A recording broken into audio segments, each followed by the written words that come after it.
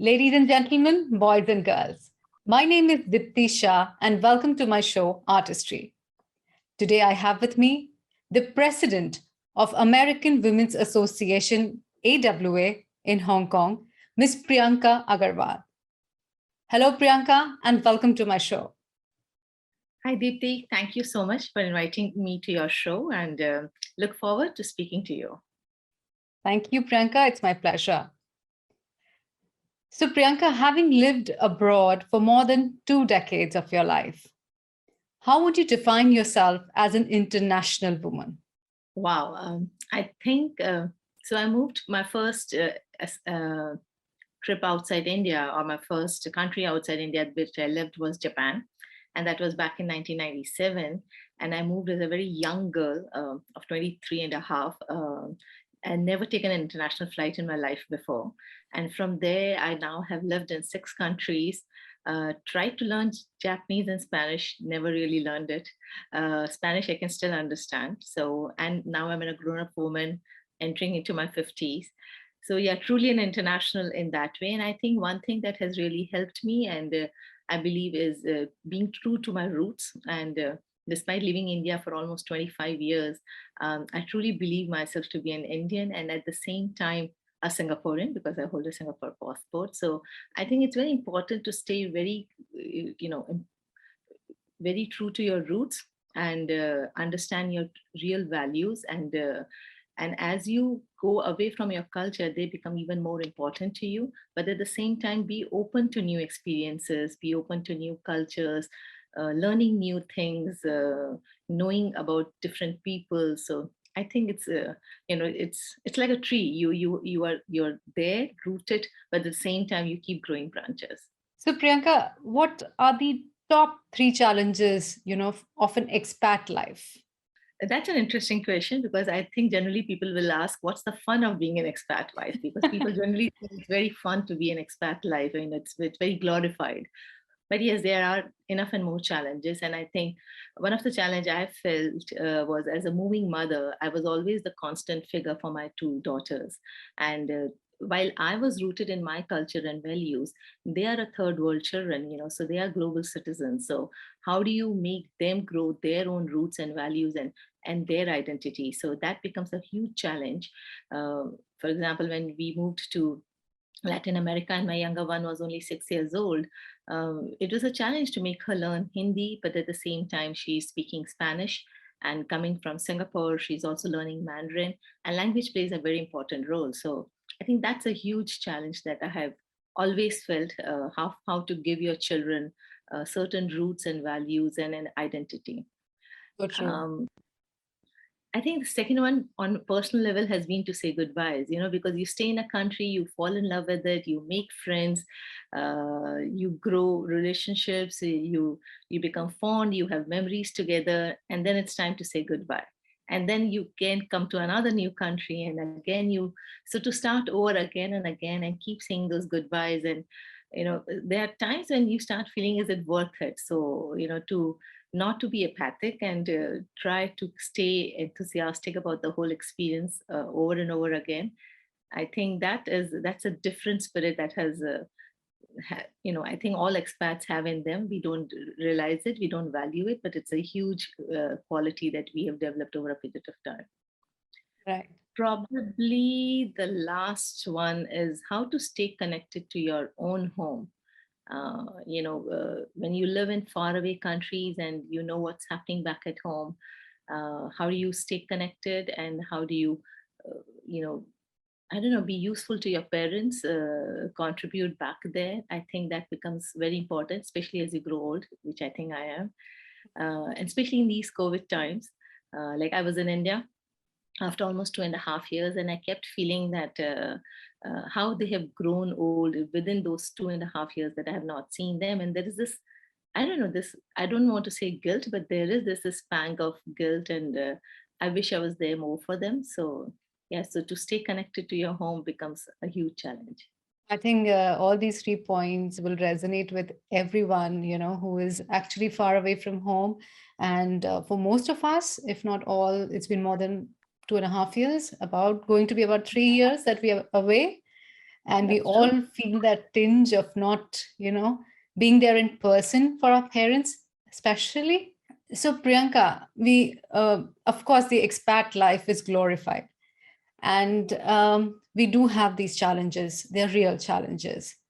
Are there any mindset shifts, that we can exercise to be okay with wherever we are and in whatever situation abroad? Yeah, I mean, expat life is challenging, but at the same time, it's been fun. And I mean, that's my life. So I will not say, so to be, and that's the life that I've led. So for me, that's the true life. So, and one thing I keep saying, and I think I've written that in few articles also, is that you have to be prepared that change is constant. So if you are willing to constantly look forward to change, whether it is in your home, whether it is in the place that you live, whether it's in the work that you're doing, whether it's in the kind of people that you're interacting, um, and you welcome change, you need to be excited. So people who don't like things to be, who are set in their ways, and there are people who like the same home and the same roads and the same restaurants and the same movies. I think for them, expat life can be a bit challenging and daunting, because in expat life, change is definitely constant. So that's one mindset that you have to change. And along that comes your growth mindset about, taking from those experiences and changing yourself, and saying that, hey, this is a cool idea, why don't I do this? Or this is something that I've learned new, and what about, I never knew this thing about this culture, or I never thought that we could do these things in a certain different way. So that's another, a kind of a mindset, whether it's in a small thing of a simple greeting. Like I was talking to you last time and said that when I went to Latin America, and everybody it's a far more affectionate culture, and they would hug each other and kiss each other on cheeks. And coming from a very conservative Asian culture, I thought it was a bit too much and too effusive for my liking. But now I do it, and I don't even think twice about it, and I actually find it very warm and welcoming. So I think, those are small changes to bigger changes, as to, when your children come home and they talk about certain cultures, and you have to grow your mindset and you have to adapt. So I think that's another thing. And probably the other thing would be to deal with ambiguity, because it's an unknown. When you walk in, you don't know what you will meet, so you have to be prepared to be unprepared, to stay go wherever the life takes you, and just, you cannot plan everything. So to deal with the ambiguity is something um, which is a different mindset altogether, almost like an entrepreneurial thing, in the sense you go and you figure out, and you say, okay, so here you don't do groceries in a certain way, or here this is not how you apply for a work visa, or this is not how education happens. So it's big and small things, you just throw yourself out there. Right, absolutely. And I'm sure everyone does this, even if unconsciously, we are constantly evolving, constantly trying to find new ways, to do something more meaningful, something that makes us happier. Priyanka, one of the challenges of moving abroad is the possibility of losing our work. How do we constantly reinvent our work life and find meaning with our time and effort? I think that is a very difficult thing. And women who have career aspirations, and then they lead an expat life where the main working partner is the spouse, which is the male spouse, even today, largely prevalently. that becomes a challenge. And I think from my experience, you have to look into what is there rather than this is exactly the kind of job I want. And so now I'm the assistant manager, and now I have to look for a place where I can be either an assistant manager or a manager, and otherwise there's no job for me. So if you go with that mindset, I think it becomes challenging. But if you're open to the idea of what are the opportunities out there and what are the skill sets I have and what is the sweet spot between them where I can match them and I can, find something which works for me and which I can contribute to the organization that I'm joining, I think that really helps because, so I was giving an example of how when I landed up in Latin America and I realized that I don't have the work permit. It's a tedious task to get there. And also the environment was not such where I could leave both my young daughters at home and go out. And so when, I started looking around, you have to talk and network a lot, talk to people. And one of the Indian companies said that they are developing this in financial model and they need somebody with a finance background. So I joined them, started working from home, which worked out very well for me. Came back to Singapore and I realized that I really don't want to do a corporate job of 9 to 5 anymore. I'd been out of it for almost 5 years. So I again started looking of what do I want to do, and I took the field of going for not-for-profit field, and I joined a US grant organization and set up their office. Um, and then there is a serendipity. People approach you, they know that you're doing something, you start conversation, something comes out. A ex-colleague of my husband, a dear friend of mine, was starting up this recruitment platform, and she said, "Hey, I love your energy. Why don't you come on board of this?" And so I joined the recruitment platform. And just when we were about to take off, we moved to Hong Kong again. So, and then of course I joined AWA and rest is history. But even after AWA, what do I do next? And you have to constantly keep thinking about, what do you want to do, and you would want to do that. And there has to be an ambition, there has to be a drive in you to do that. Otherwise, there are women who decide they don't want to work and they want to use this time to be with their family or to explore cultures or to learn new things about Hong Kong. I know a lot of AWA members who have come here and who have had full-fledged career behind at homes, but now they are interested in hiking or in doing dragon boating or in learning mahjong and bridge. So and I think there's nothing wrong in it. There is no right and wrong or good or bad. It is what you want to do as long as you're being productive with your time. So you've mentioned both sides of the coin, women who, would love to, enjoy the surroundings, the new country experience that they are in, or who would find a way to be productive and start working again in whatever avenues they have. So, Priyanka, AWA, American Women's Association in Hong Kong, plays a huge role in the life of expat women, and you are their president. So, tell us, what all does AWA do? Oh, we do a lot. So first of all, I'll take this opportunity to say that AWA is not for American women only. It is for all expat women. And as you can see, I never lived in US despite my number of countries that I've lived in, and I don't hold a US passport. So it's a very welcoming community, and our mission is connect and contribute. So those are the two places where our activities also fall. So connect is about connecting with the community and with the culture and with members with each other. So we have a lot of member activities, and those are all fun activities, whether it is book clubs, whether it is hiking, whether it is dragon boating, whether it is mahjong, local tours. We do a lot of art museums, we do a lot of cultural shows, cooking classes, and if there is something which is not there, a member can come up and say, "Hey, I want to start this club," and we are always game to anything fun and anything exciting. So that's the fun part, and that's the part where most of our members uh, feel like a home away from home, and they come and connect in whatever common backgrounds and common hobbies that they have. I think the second part is what attracted me to AWA, and that is the contribute part, and that is that we are a not-for-profit organization. We have recently established our own foundation also. So we have been working towards contributing to local charities since last 65 years. And so every year we raise money and we give grants to local charities helping people at Hong Kong.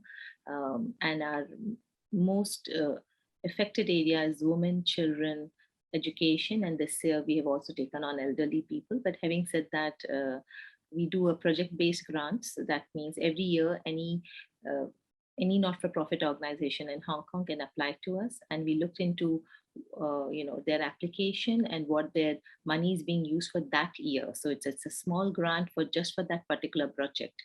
And it's a vetting process. It's a very serious vetting process. We have women who are very serious about it. They have financial understanding. They have understanding of how NGOs work, what they have done in the past. And we have supported a lot of charities. So, I mean, I don't know of any not-for-profit organization which is well known in Hong Kong and which has not had some kind of a grant or volunteering activity or any kind of association with AWA. And I think that part really resonates with me. And that is the reason why AWA is so close to my heart. What is AWA Wise, Priyanka? AWA Wise is a part of AWA, and just like any other clubs, AWA Wise is for women who are entrepreneurs or wanting to come back to work or already at work. So it's a platform for them. They have grown in their own way. So they started having a far more active events. So they do a lot of networking events, monthly networking events, and they also do a lot of workshops, which is related to anything from resume to podcast to technical capabilities to very niche requirements for a certain sector of industry. So, but it is a part of AWA, just like a book club or a dragon boat or a mahjong. It's just that they have done very well for themselves, and I think there's a huge need for it. So they have their own identity. They have their own Facebook page. You're welcome to go and just join them and see what's happening there. I think they have over 600 people on their Facebook page today. So how can someone join AWA?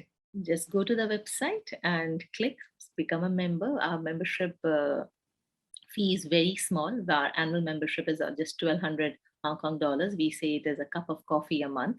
So that's literally and it gives you access to wonderful women, great networking, wholesome activities. And of course, if you are one of those who like to contribute and work towards charities, this is one organization that is awesome. We are heavily supported by AmCham, and we also have done past projects in collaboration with HKIS and AmCham together. So we do work a lot towards that, and I think it's very meaningful, fun, and a different organization, and which definitely has been a huge part of my life in Hong Kong. On a lighter note, Priyanka, I know that you're an avid reader. Do you have any favorite book to recommend to our listeners? Many. One of the books that is very close to my heart and was given by one of my very dear friend many years ago, and almost my mentor, is it's called Siddhartha by Hermann Hesse. It's a very small book. It's a lovely book. It's a beautiful read. It's been my Diwali gift to people many a times. Highly recommend it. Not a fun book, but very simple and yet very profound. Yes, very wise book. I've read it and I bought a copy for myself, and I'm not giving it to anyone. What are your top 3 tips for success in anything that we do in life? Wow, I wish I could say that I somebody gives me those tips, but I think first of all is optimism. I think energy takes you a long way. So if you look at things positively and if you have that, open mindset, it really helps. So definitely a positive mindset is very, very important to make things work. So that's something that has helped me. So I can only speak about myself. Second is to network. I think networking is a skill, and Diptii, you're doing a great job of it. And that's the reason I wanted to be. I love the idea of being on your show because I think to highlight people who can network and, find just not new friends, but just new ways of doing things that helps you in being successful, whatever success is to you. So I think that is a second thing to me. And third is constant learning. I mean, whether we realize or not, we are constantly learning, whether it's our parents learning how to do a WhatsApp on an iPhone, even that is a learning, or doing a Zoom call sitting in Singapore with you, that's also learning. 2 years back, nobody knew about a Zoom call. So I think constant learning is very, very important. So, wherever you're there, just throw yourself out there, learn new things, be positive about it, and just enjoy that experience. I think that's very important. Lovely, Priyanka. I must say you have amazing energy, and it was such a pleasure talking to you. Thank Same you here, for coming Diptii. on my show. Thank you for inviting me. I loved being on your show. Thank you.